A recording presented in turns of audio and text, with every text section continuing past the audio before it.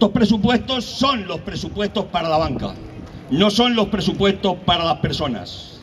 Mienten los del PP, miente Rajoy y mintió Montoro cuando los presentó diciendo que eran los presupuestos más sociales de la historia de la democracia.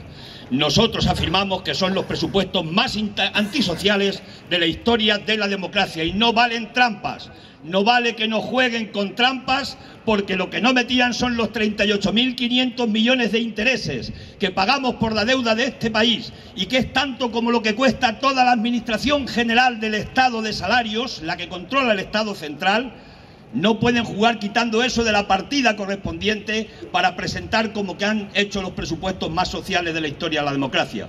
Porque si fueran los presupuestos más sociales, no se recortaba en la ley de dependencia, no se recortaba en cultura, no se recortaba en sanidad, no se recortaba en cooperación, no se quitaba la partida de la memoria histórica, que hasta la poquita partida que había para la recuperación de la memoria histórica la han suprimido de un plumazo. En definitiva, no son los presupuestos que recortan el 6,3% a los parados en las prestaciones por desempleo, pero no os perdáis el argumento. El argumento es: le recortamos las prestaciones por desempleo porque cada vez son más los que van perdiendo el derecho a la ayuda, que por cierto no se han comprometido a prorrogar los 450 euros famosos, solo están hasta el día 20 de febrero. Como van perdiendo cada vez más trabajadores el derecho a la ayuda, pues por eso retiran partida presupuestaria, porque entonces no hay que gastar. Es decir, como usted es más pobre, como usted tiene más hambre, le quito el pan, porque ya para qué le voy a dar pan si usted lo que tiene. El argumento es tremendo. Es el argumento más injurioso que he escuchado en el Parlamento en el tiempo que llevo en el grupo parlamentario. Por tanto, los presupuestos que nos vienen, los presupuestos que se van a aprobar ese día, son presupuestos antisociales.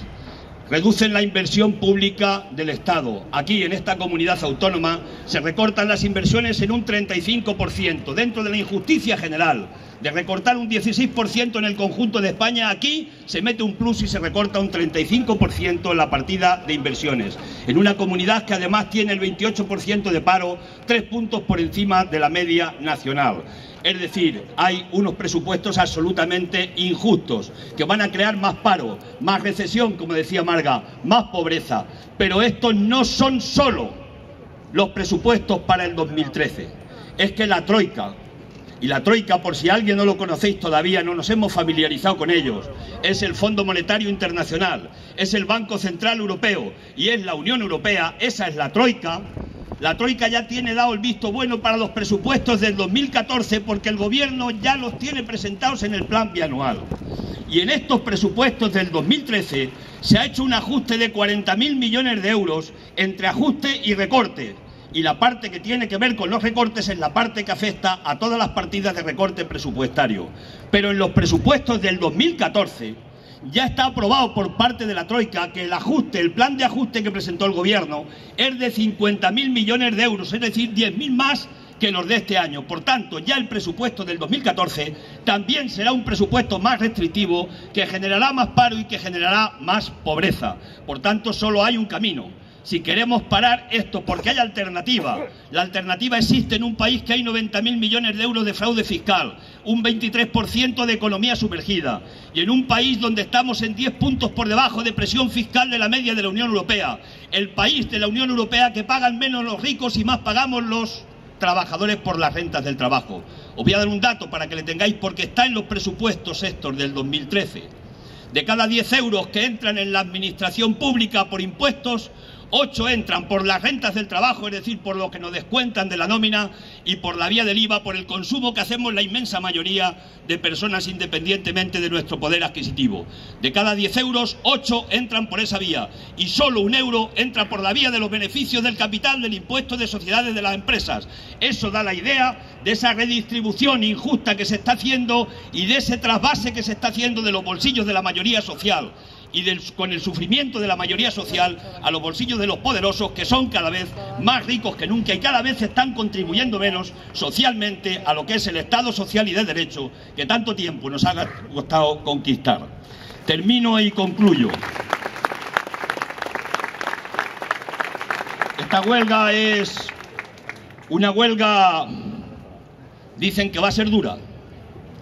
Hay En Madrid van a llevar 387 efectivos más de una especie de policía de seguridad extraordinaria con el tema de la huelga general. Se habla de los piquetes coercitivos. Es que cuando viene un grupo con unas banderas y se pone en la puerta de un establecimiento, están coaccionando el derecho y la libertad que yo tengo para tener abierto mi establecimiento. Es una respuesta que se da. Y los trabajadores que trabajan en determinadas empresas no están esperando que lleguen otros trabajadores para decirle: compañero, súmate a la huelga, porque a él mismo lo que le da es miedo a enfrentarse al empresario y a decirle: hago huelga, por si acaso el empresario le dice o le ha dicho ya: si haces huelga mañana te despido. ¿No es ese el piquete más duro? ¿No es ese el piquete menos democrático?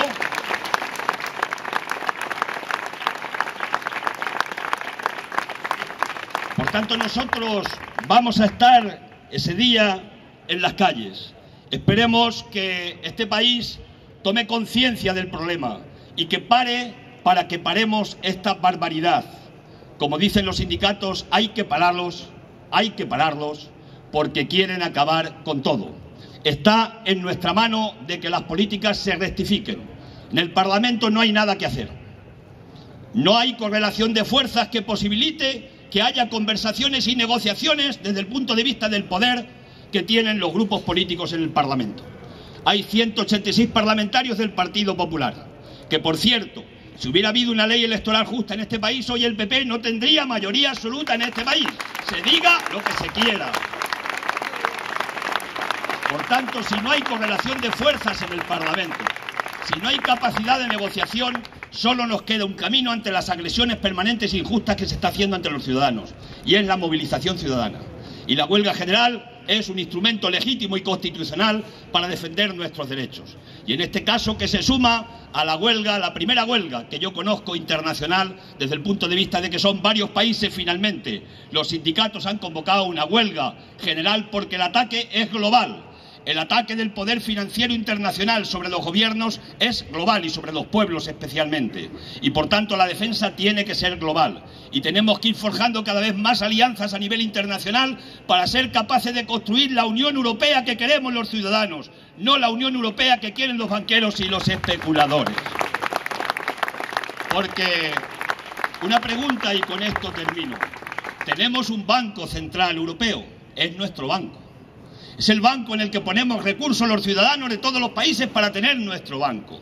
Y hay una pregunta: ¿y cómo es posible que nuestro banco no compre deuda directa a los países al 0,75% porque esté prohibido por la propia norma que le han dado los gobiernos al Banco Central Europeo, y sin embargo sí pueda darle dinero a ese 0,75% a los bancos para que los bancos nos compren deuda soberana al 4 o al 5% y especulen con los presupuestos del Estado y con la vida de la gente? ¿No hay que cambiar ese banco si es nuestro? ¿No es el Banco Central el que tiene que estar al servicio de los ciudadanos? ¿No es el Banco Central el que, si comprara deuda directa, se acababa de un plumazo con la especulación? ¿Y por qué no se hace? Pues no se hace porque el poder de la troika está al servicio del poder financiero especulativo internacional, de la banca internacional. Y por eso tenemos que vencer a la troika y tenemos que conseguir que la democracia esté por encima de la troika y esté por encima de los que especulan con la vida y con la muerte de las personas, como estamos viendo en este momento concreto. Este es el reto, o uno de los retos importantes. Por eso la huelga es internacional y por eso tenemos que sumar, y esperemos que ese día podamos tener una buena huelga de trabajadores, una huelga cívica en nuestro país, para decirle al gobierno que tiene que corregir las políticas, pero también, si queréis en el sentido más positivo, para darle al gobierno razones para que vaya a Bruselas y defienda los intereses de este pueblo y no defienda los intereses de los especuladores que están especulando con la vida de las personas. Salud, buen trabajo, y el día 14 en la calle nos vemos los que tengamos voluntad de defender y creernos aquello que estamos pregonando.